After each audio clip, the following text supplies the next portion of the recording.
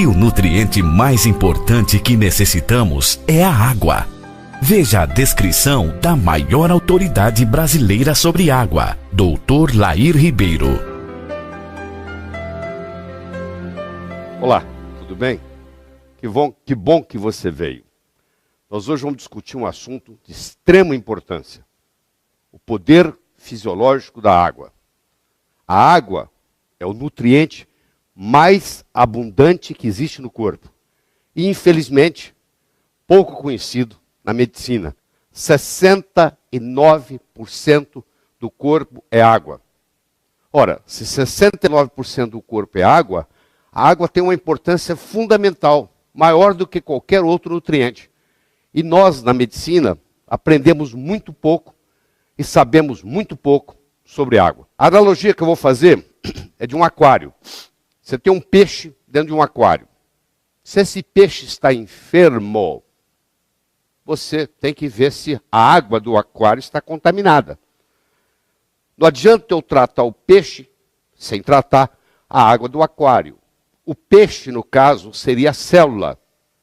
E a água do aquário seria o interstício, onde a célula se encontra, no tecido. Ora, se eu preciso tratar do peixe, que está doente, que no caso é a célula, eu vou ver primeiro se o peixe pegou a doença pela contaminação da água, do interstício. E o interstício no corpo é feito também de água. 85% do cérebro é constituído de água. 92% do sangue é constituído de água. 87% do fígado é constituído de água. A água é o mais abundante nutriente do corpo.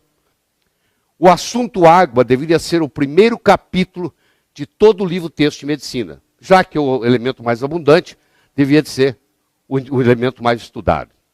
E os estudiosos no assunto chegam à conclusão de que hoje aproximadamente 30% das pessoas estão caminhando nas ruas desidratadas, porque em geral nós ingerimos menos água do que necessário, daquilo que deveríamos ingerir. Quando você magnetiza a água, você tem um magneto, coloca a água sob a ação desse magneto. O que o magneto faz na realidade, ele muda o ângulo dessa água. E quando ele muda o ângulo da água, ele consequentemente muda o número de moléculas que se reúnem.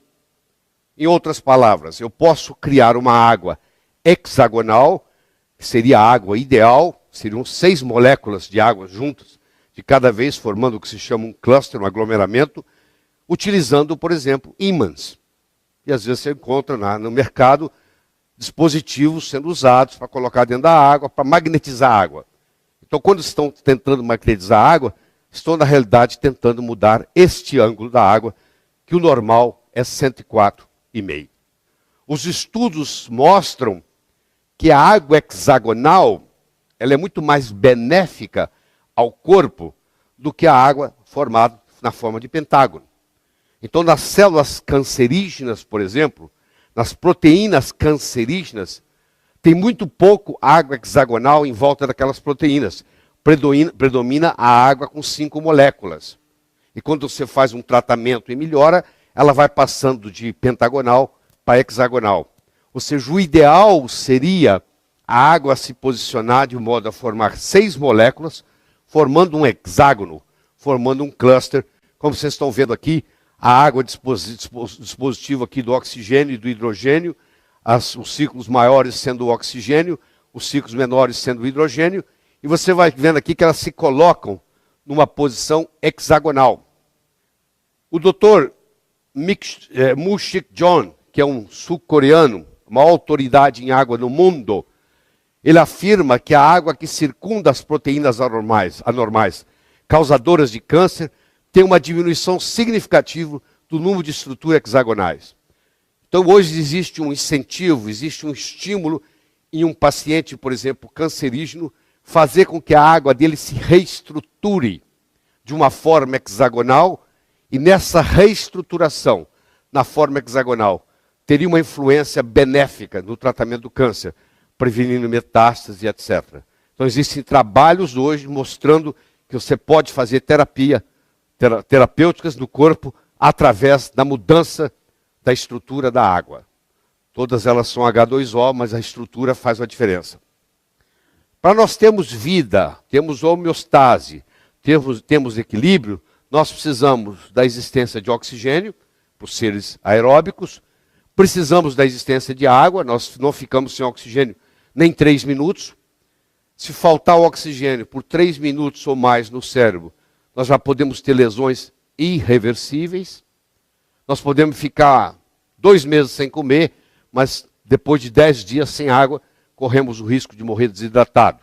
Então nós temos o oxigênio, nós temos a água, nós temos os macronutrientes, que são as proteínas, os carboidratos e as gorduras, e nós temos os micronutrientes, que são as vitaminas e os minerais.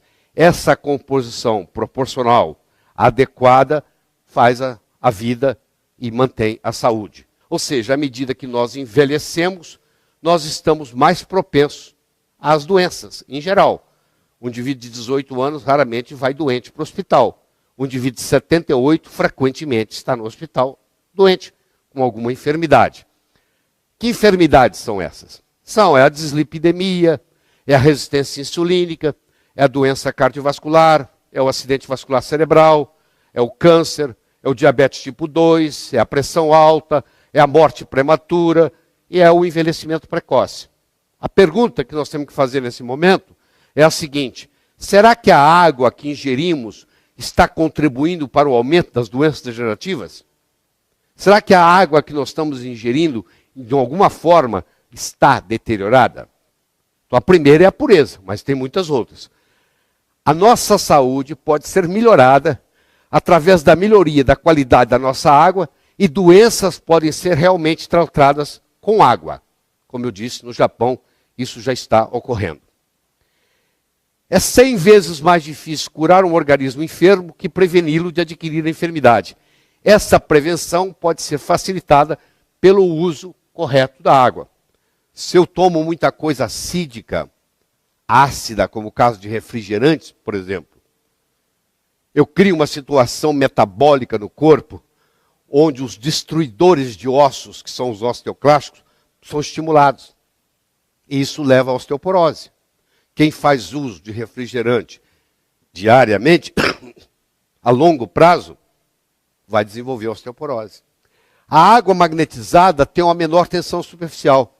Quando você põe a água no efeito de um magneto, você muda o ângulo, aquele ângulo que eu mostrei no começo, e, consequentemente, você muda o tamanho do cluster, o tamanho do aglomerado. Então, a água tem que ter pureza, tem que ter um bom pH, tem que ter um redox negativo, tem que ter uma boa condutibilidade e tem que ter uma baixa tensão superficial. Essa seria a água ideal. Essa água ideal é chamada de água ionizada.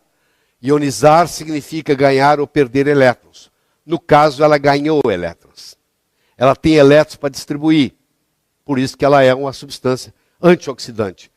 É a água que funciona como antioxidante, ou seja, não deixa você ter estresse oxidativo. Você toma ela 3, 4, 5 vezes por dia. Ela é alcalinizante, ou seja, à medida que você envelhece, você vai acidificando, ela rejuvenesce você.